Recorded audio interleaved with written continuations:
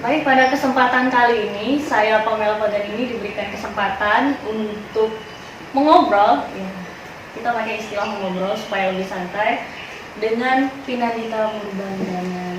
Seperti yang rekan-rekan ketahui, beliau merupakan seorang dosen dan juga penceramah yang luar biasa. Dan terima kasih buat kesempatannya, Pinandita Murba. Kali ini saya akan membahas suatu konsep yang menjadi fondasi kepercayaan para umat Hindu, yaitu Pancasrada. Sebelumnya izinkan saya untuk menjelaskan secara singkat apa itu Pancasrada. Panca artinya 5, sedangkan Srada artinya keyakinan. Jadi Pancasrada ini merupakan 5 keyakinan yang harus dipegang teguh oleh para umat Hindu. Yang pertama yaitu Brahman atau Tuhan, yang kedua Atman atau Ruh, selanjutnya Karma Pala, artinya hukum sebab akibat atau hasil perbuatan, reinkarnasi atau kelahiran kembali, dan yang terakhir moksa yaitu keabadian. Nah, pada kesempatan kali ini kita akan membahas tentang salah satu diantaranya, yaitu reinkarnasi atau kelahiran kembali. Untuk kejelasannya, mari kita dengarkan bagaimana pengertian dari reinkarnasi itu sendiri. Silahkan. Terima kasih Dik Mela. Rupanya ini adalah satu pembicaraan yang trending sekarang ya. Reinkarnasi itu tadi sudah dijelaskan, itu adalah kelahiran kembali. Jadi di dalam konsep Hindu memang kita percaya terhadap kelahiran itu. Mengapa? Karena di dalam Pancamaweda, yaitu Adhyaya 4 Sloka 5, dijelaskan itu terjadi percakapan antara Awatara, yaitu Awatara Wisnu Krishna dengan Arjuna pada saat itu.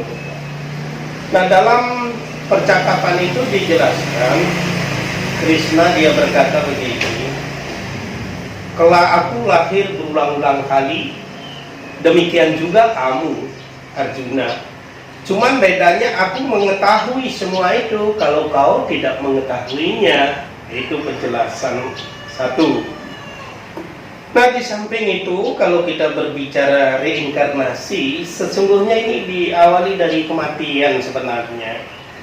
Di dalam Adhyaya 2 Sloka 22 dikatakan, bagaikan meninggalkan pakaian yang telah usang, memakai pakaian yang baru, begitulah perjalanan jiwa Atman atau roh itu meninggalkan badan kasar manusia.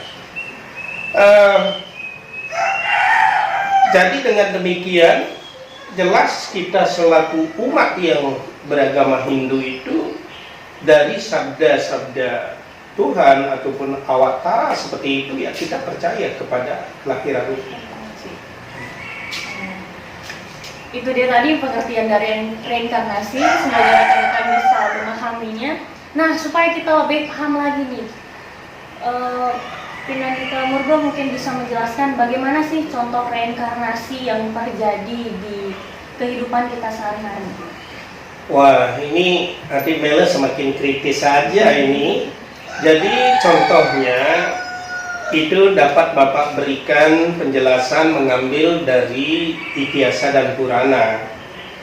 Nah, hal ini dikisahkan Prabu Drestarata, dia itu raja yang buta.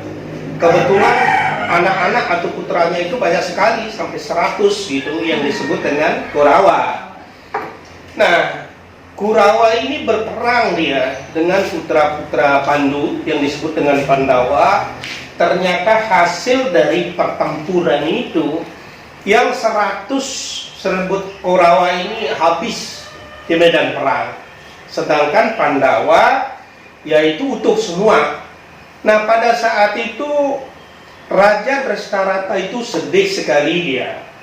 Dia katakan, "Wahai Awatara Wisnu, di mana letak keadilanmu? Putra-putraku ke-100 itu habis semua, sedangkan Pandawa masih utuh. Di mana letak keadilanmu, wahai Awatara Wisnu?" Nah, pada saat itulah sang Awatar mengatakan, "Wahai Raja Drestarata, janganlah kamu bersedih. Aku sampaikan kepada dirimu, dulu pada kelahiranmu yang ke-50 kali, kau juga pernah sebagai raja, kau berburu ke tengah hutan, lalu kau lepaskan panah api, 100 anak burung itu semua jadi abu sampai induknya buta. Akibat perbuatanmu terdahulu itu, kamu juga tetap tidak membawa perubahan yang berarti. Saat betul-betul kamu keserakahanmu, kesombonganmu tetap saja kau pegang itu, maka pada momen ini kau harus menerima putra-putramu pun 100 itu semua habis, itu akibat perbuatanmu." Itulah juga di samping reinkarnasi itu juga hukum karma pala berlaku. Nah, begitulah. Nah, jadi kalau istilah orang Bali juga mencari, menyelusuri hal itu tentang reinkarnasi. Setiap anak yang lahir, dia mencari di baspipis. Siapa yang lahir, siapa yang lumadi, itu diberikan penjelasan di sana gitu. Jadi, oh kakekmu, oh nenekmu, oh bapakmu gitu, bisa juga gitu. Jadi mungkin bapaknya mati cepat, tetapi dia gitu. Oh, bisa terjadi seperti itu untuk memperkuat keyakinan itu. Dengan demikian Hindu meyakini bahwa kelahiran itu akan terjadi. Seperti yang sudah Pinandita Murba sebutkan tadi, bahwa ternyata kitab-kitab suci kita mengandung banyak sekali cerita yang kaya akan makna kehidupan. Hanya saja mungkin kita sedikit berminat untuk membacanya. Jadi Pinandita Murba juga lumayan menginspirasi kita bahwa bagaimana pentingnya membaca kitab-kitab suci kita sendiri, karena di dalamnya mengandung segudang filsafat kehidupan. Nah, membahas tentang karma pala tadi Pinandita, saya ingin bertanya, apakah mungkin seorang manusia dapat mencapai apa yang dinamakan dengan moksa tadi, sedangkan dari konsep karma pala, sebab akibat atau hasil perbuatan, kita kan manusia tidak luput dari kesalahan, dari keburukan, dan itu akan terjadi secara terus menerus selama reinkarnasi itu berlangsung. Jadi mohon penjelasannya Pinandita, apakah mencapai moksa adalah sebuah keniscayaan bagi seorang manusia saat ini terutama? Iya. Begini, jadi kita itu yang lahir ke dunia ini memang kita tidak bisa menghelak dari kematian. Kenapa? Di dalam Pancamaweda Adhyaya 2 Sloka 27, Jatasnya hidromertium drum jangma mertiasca tasmad afradan natwa socitum arhasi. Sesungguhnya ia yang lahir ke dunia ini, kematian itu pasti. Demikian juga yang mati, kelahiran itu pasti. Ini mempertegas kembali tentang reinkarnasi tadi, kan begitu. Nah, sekarang bagaimana cara kita agar kalau bisa, ini kan kita tidak menginginkan reinkarnasi. Itu di dalam agama Hindu ada yang disebut dengan moksa tadi. Nah, karena itu ada sabda Tuhan yang terungkap di dalam tafsir Weda itu Sarasamusaya 7. Karma bumi ria Brahman, pala bumi rasa umata, ikayak kurtetat patro pabujati. Kesempatanlah kita di dunia ini sekarang ini, Ditmela. Apakah kita berbuat baik ataupun kita berbuat yang jahat? Nah, ini akan menentukan hasil kita itu. Bisa kita lahir kembali dengan membawa hasil, yaitu seperti katakan neraka cuta, surga cuta, itu bisa saja terjadi. Tetapi Kalau ingin moksa itu, maka sabda Tuhan itu, guru-guru suci kita, orang-orang suci kita, semua maharsi-maharsi kita itu, Bharadwaja, Yamagni, Wiswamitra, Wasitra, Krita, Atrip, ya Resi-Durwasa, juga Narada, dan juga resi-resi yang lain itu kan semua moksa. Lalu tujuan agama Hindu Moksartam Jagatita Yaitu Dharma ini, memang tujuan kita pada akhirnya itu adalah pemoksa itu, alam kebahagiaan itu.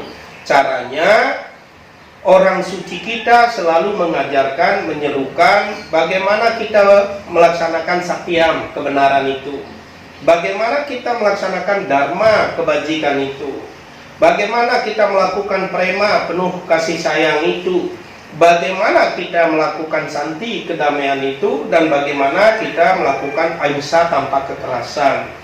Oleh sebab itu, kalau ini kita lakukan dengan penuh keyakinan, di Hindu itu juga mengalami, dan tidak ada kita akan mengalami kesengsaraan itu. Kita juga bisa moksa, seperti contoh-contoh yang dilakukan oleh orang-orang suci kita tanpa noda. Nah, harapan kita tetap saja kita yakin, percaya Pancasrada itu ada, karena tidak semua itu orang baik sehingga mengalami proses kelahiran. Tapi di antara orang itu ada juga orang yang baik, pikiran, perkataan, perbuatannya yang suci itu otomatis bisa mencapai moksa. Bahkan kalau betul-betul kita itu, kalau pernah misalnya berbuat tidak baik, tapi bertobat kita betul, meyakini keagungan Tuhan, Brahman pun bersabda di dalam Bhagavad Gita misalnya, di ayat 18, sloka 66, Sarwam Dharmam Parityajya Ahamekam Aksaram Moksa Mimam Suca. Jadi jangan bersedih, datanglah kepadaku, tinggalkan perbuatan yang jahat itu, yang menghina itu, yang melecehkan itu.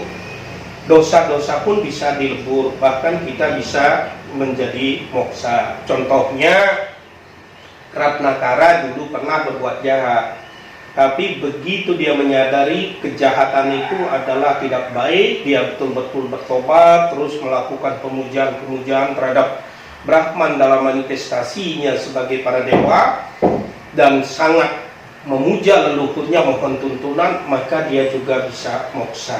Dengan demikian, sebenarnya jangan sampai menghina satu sama lain, mengatakan Hindu itu misalnya percaya reinkarnasi, takut dia lahir kembali. Walaupun kita itu Hindu, tapi kalau betul-betul kita Dewa Dwija Guru Prajna Pujanam Sauca Marjawam Brahma Carya Maharsyaca Sariram Tapak Uciati, tekun kita melakukan pemujaan terhadap para dewa dan juga para leluhur, kasih sayang dan sebagainya, semua itu pasti kita akan bisa mencapai tujuan itu. Terima kasih penjelasannya Pinandita Murba. Jadi kesimpulannya, semakin sering kita melakukan kebaikan, semakin dekat kita dengan tujuan kita, yaitu moksa, benar begitu? Ya. Sekian obrolan kita pada hari ini, semoga bermanfaat untuk rekan-rekan semua dan juga tentunya dapat diaplikasikan dalam kehidupan sehari-hari. Sekali lagi terima kasih atas kesempatannya yang luar biasa. Saya ditutup dengan Paramasanti. Om Santi Santi Santi.